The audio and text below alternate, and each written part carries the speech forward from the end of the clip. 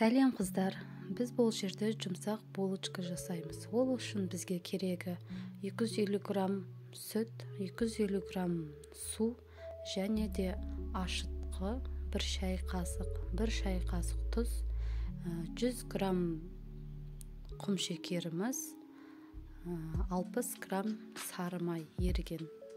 Осылардың барлығын біркелкі масса болғанша араластырып алып, қамырымызды ашытып қоямыз. Ұнымызды керегенше қосасыздар.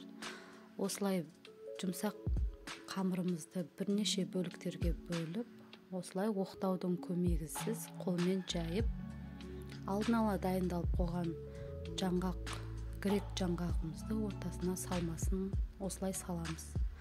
Жаңғақты да блендермен немесе оқтаумен езіп, оған кішкене сары май қосасыздар, және де 2 шай қасық құм шекер қосып, осындай қылып дайындап аласыздар.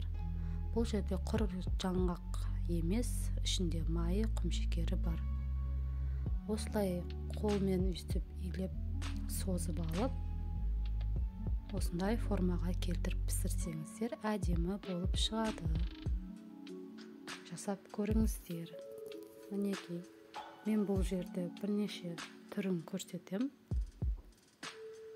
Бұның ішінде бізге ұнағаны, осылай жаңғақпен жасағаны дәмді болып шығады екен. Өз қалауларыңызша мейіз қоссаңыздар да, жаңғақ қоссаңыздар да, құр сары май мен шекер қоссаңыздар да болады. Осылай барлығын жасап аласыздар. Бір 15 минутқа тұндырып қоясыз.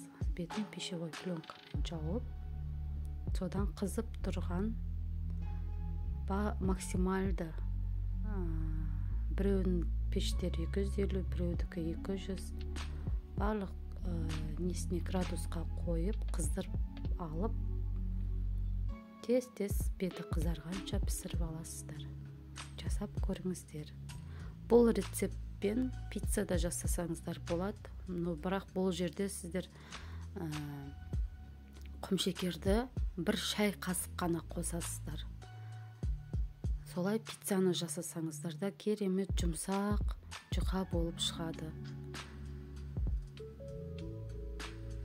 Жасап көріңіздер.